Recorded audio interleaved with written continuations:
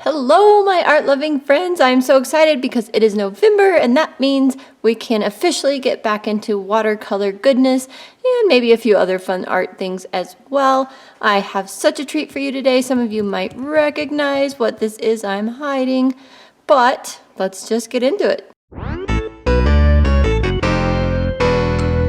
Here it is. All right. So if you guys already know about this book, you know that this is the oldest book in a series of 3, right? What this is, if you haven't seen it before, is an awesome, amazing, really detailed, really well thought out watercolor activity book. So cool. So you can see I have more than one here. This is the first one that Dana Fox ever released. And I'm going to get into some more detail on this in just a second, but I want to show you the others. This one is the second one she released, In the Ocean. And the very newest one that I just received last week, In the Jungle. So let's take a look, starting with the oldest. This is In the Forest, so it's a lot of forest creatures and forest things, forest themes. And if I kind of flip through it, you might want to slow that part down if you want, but you can see that she teaches you how to watercolor paint some of these things. And she has a very easy method to do that so that anyone can learn to paint these awesome creatures that you're seeing here. Okay, so you can tell that the lesson in this particular book is on the right side of the book, and the blank paper with the sketch already drawn in is on the left side. Now this is watercolor paper. It is cellulose paper, and it's not particularly thick. It's probably 90 pound. It probably says somewhere. But for an activity book like this, that's just fine. Just fine. So this particular book, you can see, is quite thick. It is 50 different paintings or activities, if you will. All right, let me show you a few things. This page actually was blank, and I saw how she had decorated some of the other pages, the edges, and I was waiting for somebody in the hospital and had some time, so I just pulled out my core paints and just messed around with what I saw from these previous pages on this blank page. So this is my painting of things, and I really like this one. It looks like a little cotton, what are those called? Like a cotton blossom, I guess. I'm not really sure. I don't know plants. But anyway, that was fun. And in these books, she goes through these techniques here.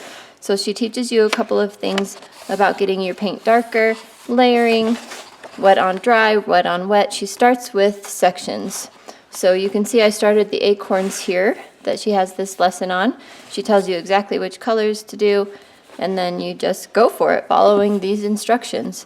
And it's really nice, and a lot of people get nervous about painting right in the book, and they'll just pull out their scrap watercolor paper and use that directly, and that's just fine too. I don't mind. I bought the book to use it, and I'm going to use it, darn it. However, that's as far as I got, because I think I was called in. I think my dad was having just actually it was kind of a major surgery, but ended up not being a huge deal, thankfully. That was last year. And that's as far as I got before they called me in. So I haven't looked at this book since, which is really sad, but I've been so incredibly busy. However, in the meantime, I did get her new release at that time of In the Ocean because I loved the first one so much. I thought that would be fun. This one also has 50 activities, 50 pages. This one's a little different. This is going to be really good for the right-handed people. The other book was probably better for left-handed people because the painting is actually on the right side of the book.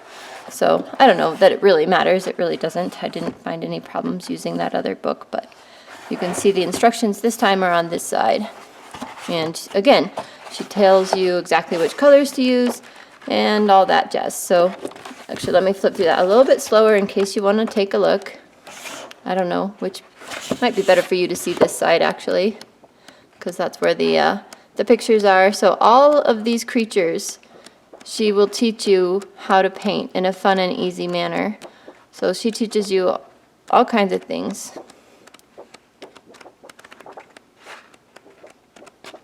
Okay, and the latest release, this is Like I said, brand new as of what, last week, maybe the week before. I can't remember, time flies when I'm having fun. Anyway, this one is only 25 activities.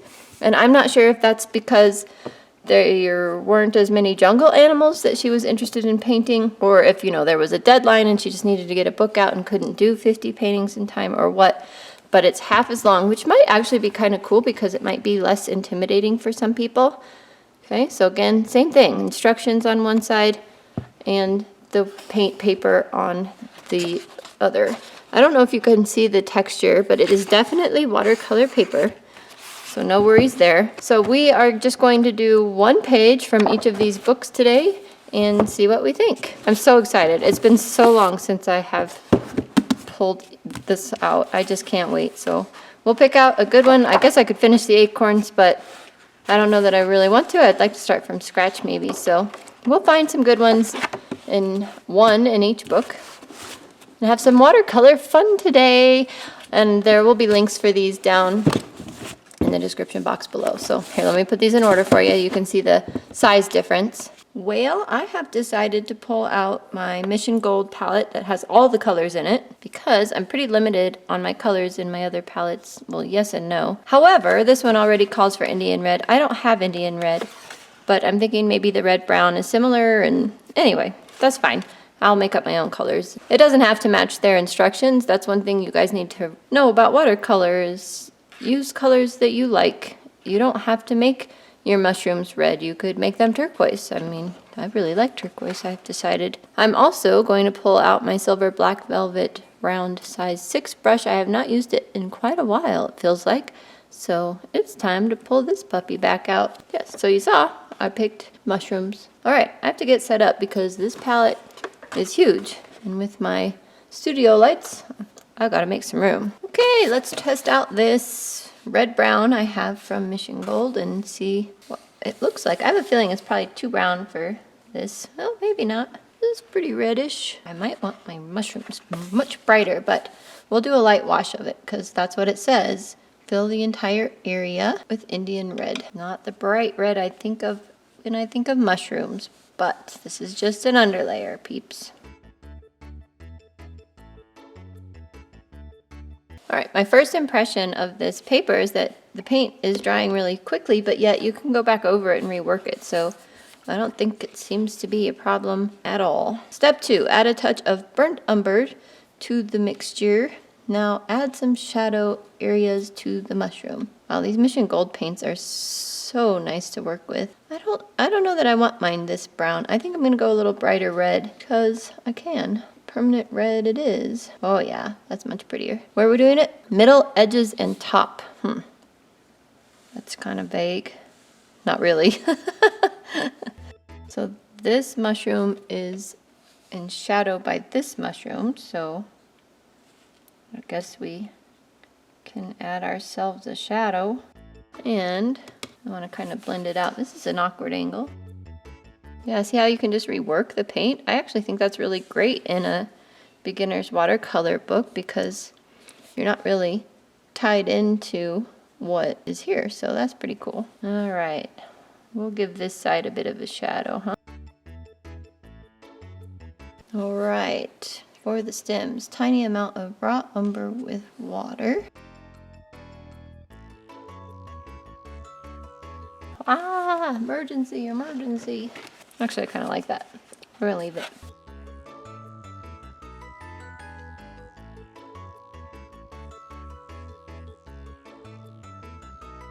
I actually want to bring some of this brown into this a bit. This is not in the instructions. This is artistic license here.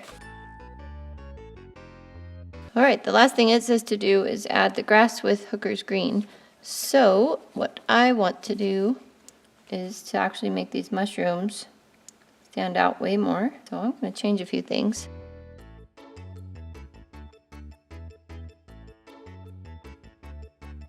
So one thing she's really good at is soft, subtle colors, but I don't always do soft, subtle colors. I like some things bolder, brighter. So we do our own thing.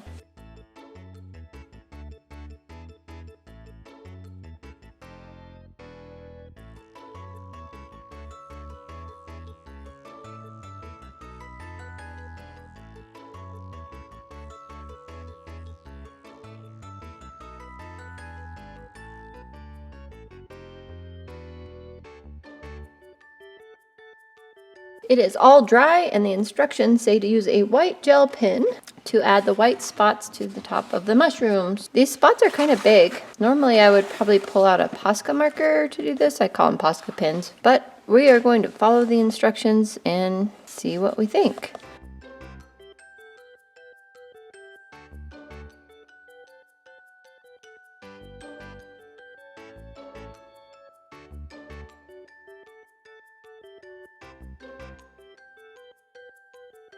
Guess if we follow directions, that's it. That's all. One last thing on this one.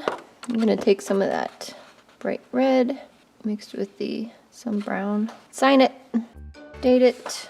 What is the date? Okay, this is the finished, I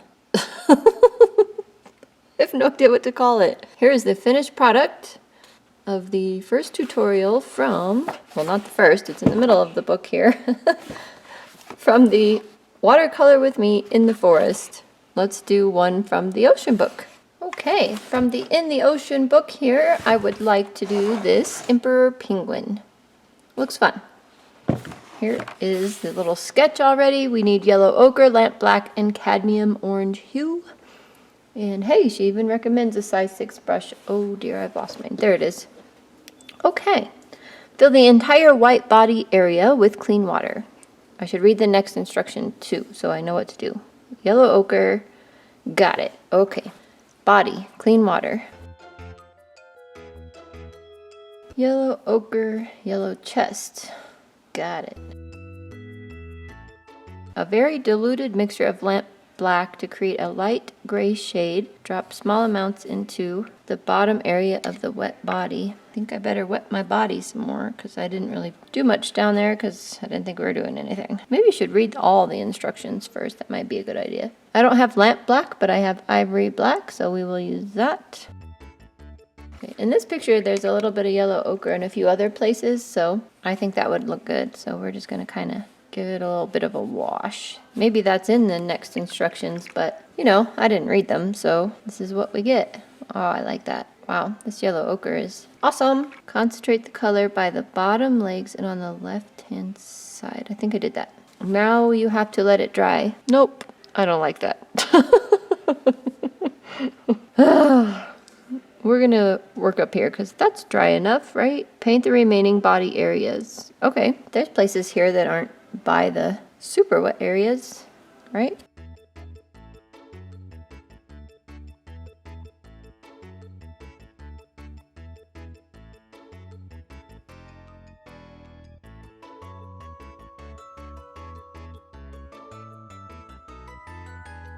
All right, mine's a little different. I added a little bit more shadows here and there than she did, but I like it. That was really easy. Okay, so some of you, if you were like looking at the book while I was not, you would know that there's this cadmium orange hue I was supposed to use like up in here. So we'll go ahead and wet that and stick some in because the more color, the better, right? So I'm just wetting that again so it'll all spread out. I don't have cadmium orange hue, so I'm gonna use vermilion. Okay. Very, very strong. So we will wet our brush, dilute it out, blot it up a little bit, and then there's the tiniest bit down here. Do a little glaze of it over this. I think that would be cool. I don't like my eyes so much, so what I think we'll do is do that, and then we'll grab, she does have the instructions to take a liner and kind of fill in this eyeball here. There. That looks nice. All right, and that concludes the In the Ocean version. Let's go ahead and see what we can do in the jungle. Just kind of pulling this color up a little bit. Last but not least, in the jungle, and I have chosen to do the mandrill, also known as a baboon. And it takes these 5 colors. Oh, there goes my palette. Here's the sketch.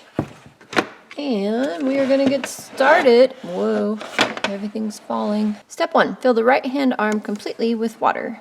My right hand, not the baboon's right hand. Dropping ultramarine into the center and behind the ear. Use the tip of the brush to pull it down and out. Lamp black to the outside edges of the arm and behind the ear.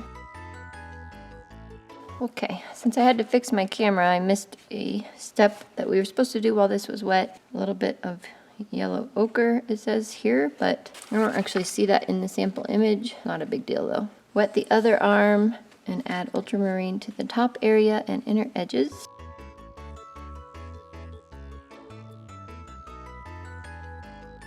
Right, it says to do the chest next, but I'm gonna do the back because that's really wet.